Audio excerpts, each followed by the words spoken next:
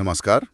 आज हम एक बहुत ही अहम कानून पर बात करने वाले हैं जो हमारे लोकतंत्र, हमारे चुनावों की आप कह सकते हैं रीढ़ है।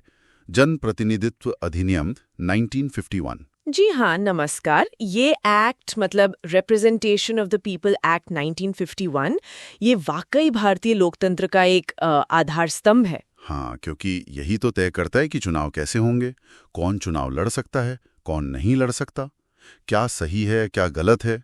पूरी प्रक्रिया इसी से चलती है। बिल्कुल, इसका मकसद ही यही है कि चुनाव एकदम निष्पक्ष हो, पारदर्शी हो और सब कुछ नियमों के तहत हो। एक पूरा फ्रेमवर्क देता है ये। तो चलिए शुरू से शुरू करते हैं। सबसे पहला सवाल, कौन लड़ सकता है चुनाव? मतलब क्या योग्यताएं होनी चाहिए? देखिए, सबसे पहली और बुनियादी शर्त तो ये है कि जो भी व्यक्ति चुनाव लड़ना चाहता है वो भारत का नागरिक हो और उसका नाम मतदाता सूची में हो, मतलब वो एक वोटर होना चाहिए। किसी भी क्षेत्र का वोटर या उसी क्षेत्र का जहां से लड़ रहा है? देखिए, लोकसभा और विधानसभा के लिए तो आम तौर पर उसी राज्य या केंद्र शासित प्रदेश का होना जरूरी है, लेकिन कुछ बारीक नियम है। राज्यसभा के लिए जैसे सेक्शन 3 है, लोकसभा के लिए सेक्शन 4, विधानसभा के लिए सेक्शन 5। और हाँ, एक और बात, अगर कोई सीट आरक्षित है, मतलब SC या ST के लिए, तो उम्मीदवार का उस विशेष जाति या जनजाति का सदस्य होना जरूरी है। ये भी सेक्शन 4 और 5 में आता है। अच्छा, ये तो हुई योग्यता की बात, लेकिन सिक्के का दूसरा पहलू भी होता है, अयोग्यताएं। मतलब किन वजहों से कोई चुनाव लड़ने से रोका जा सकता है। हाँ, और ये शायद और भी ज्यादा महत्वपूर्ण है आजकल के माहौल में। तो देखिए, ये कानून कुछ ऐसी स्थितियां बताता है जिनमें कोई व्यक्ति चुनाव लड़ने के लिए अयोग्य, मतलब डिस्क्वालिफाइड हो जाता है। जैसे कि? सबसे मुख्य है सेक्शन 8, जो कुछ अपराधों में सजा मिलने पर रोक लगाता है। अगर किसी को मान लीजिए रिश्वतखोरी या चुनाव में धर्म जाति के नाम पर दुश्मनी फैलाने या बलात्कार जैसे गंभीर अपराधों में दोषी पाया गया हो। हाँ, या फिर अस्पृश्यता या भ्रष्टाचार के मामले हों। बिल्कुल, protection of civil rights act या प्रिवेंशन ऑफ करप्शन एक्ट के तहत अगर इन मामलों में सजा हुई है तो आप चुनाव नहीं लड़ सकते। और सजा कितनी लंबी होनी चाहिए?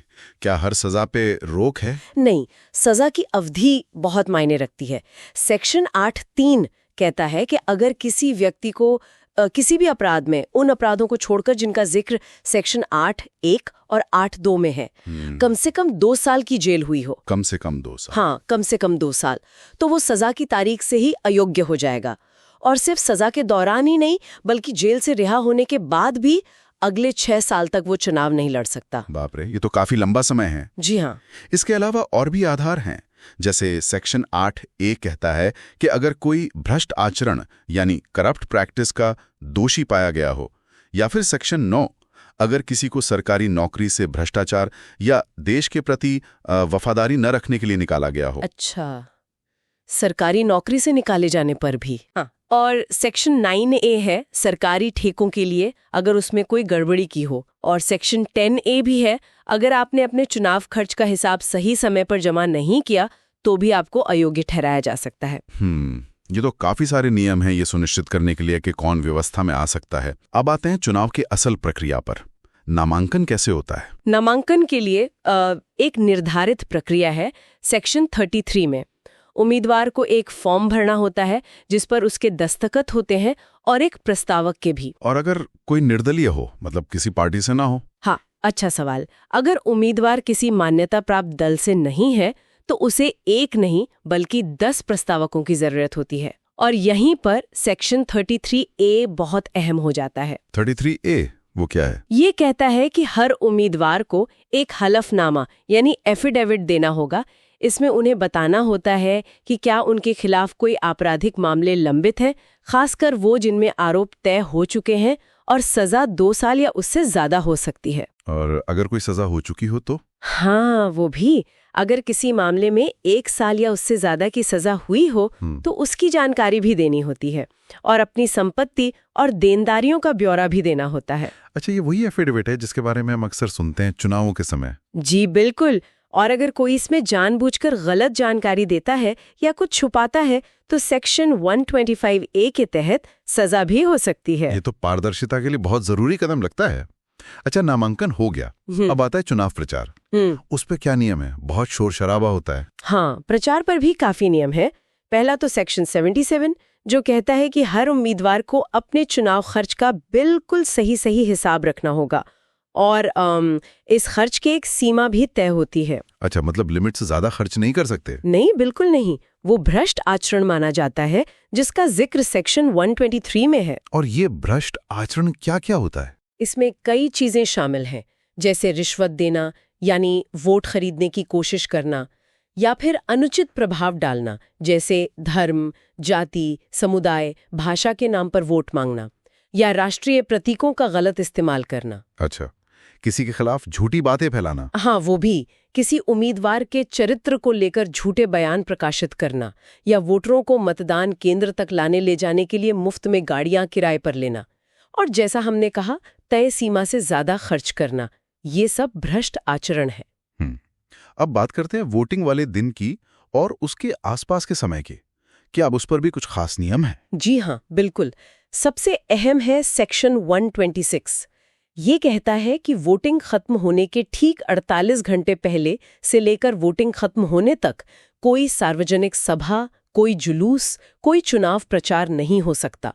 टीवी या रेडियो पर भी नहीं। इसे शायद साइलेंस पीरियड कहते हैं। हाँ, बिल्कुल, ताकि वोटर शांति से अपना मन बना सकें। फिर सेक्शन 126A है जो एग्जिट पोल करने और उनके नतीजे दिखाने पर रोक लगाता है जब तक कि सभी चरणों की वोटिंग खत्म न हो जाए। और बूथ कैप्चरिंग, वो तो बहुत गंभीर बात है। बहुत गंभीर। सेक्शन 135A बूथ कैप्चरिंग को एक गंभीर अपराध मानता है और इसके लिए कड़ी सजा का प्रावधान है। फिर सेक्शन 135B कहता है कि वोटिंग के दिन कर्मचारियों को सवैतनिक मतलब पेड हॉलिडे मिलनी चाहिए ताकि वो वोट डाल सकें। और शराब? हाँ, सेक्शन 135C वोटिंग क्षेत्र में वोटिंग खत्म होने से 48 घंटे पहले से लेकर वोटिंग खत्म होने तक शराब की बिक्री और वितरण पर पूरी तरह पाबंदी रहती है। और ये जो ईवीएम मशीनें? हाँ, उनका इस्तेमाल भी इसी कानून के तहत होता है। सेक्शन 61A वोटिंग मशीनों के इस्तेमाल की इजाजत देता है। ठीक है, अब मान लीजिए चुनाव हो गए, नतीजे आ गए, लेकिन किसी को नतीजों पर एतराज है, कोई कहता है कि धांधली हुई है या कुछ गड़बड़ है, तब क्या होगा? उसके लिए भी इस कानून में प्रावधान है। भाग V पूरा चुनावी विवादों से ही जुड़ा है। सेक्शन 80 साफ कहता है कि किसी भी चुनाव को चुनौती सिर्फ और सिर्फ चुनाव याचिका यानी इलेक्शन पेटिशन के जरिए ही दी जा सकती है। और ये याचिका कहाँ दायर होती है? सेक्शन 80A के मुताबिक ये सीधे हाई कोर्ट में दायर होती है। अच्छा, सुप्रीम कोर्ट नहीं, हाई कोर्ट? जी हाँ, शुरुआत हाई कोर्ट से होती है और सेक्शन 100 में वो आधार बताए गए हैं जिनके तहत हाई कोर्ट किसी चुनाव को शून्य मतलब वॉइड घोषित कर सकता है। क्या आधार हो सकते हैं वो? कई आधार हैं, जैसे कि अगर जीतने वाला उम्मीदवार नामांकन के दिन ही अयोग्य था, या उसने या उसके एजेंट ने कोई भ्रष्ट आचरण किया हो, या किसी का नामांकन गलत तरीके से रद्द कर दिया गया हो, या किसी अयोग्य उम्मीदवार का नामांकन गलत तरीके से स्वीकार कर लिया गया हो, या फिर वोटों की गिनती में कोई गड़बड़ी हुई हो जिससे नतीजे पर असर पड़ा हो।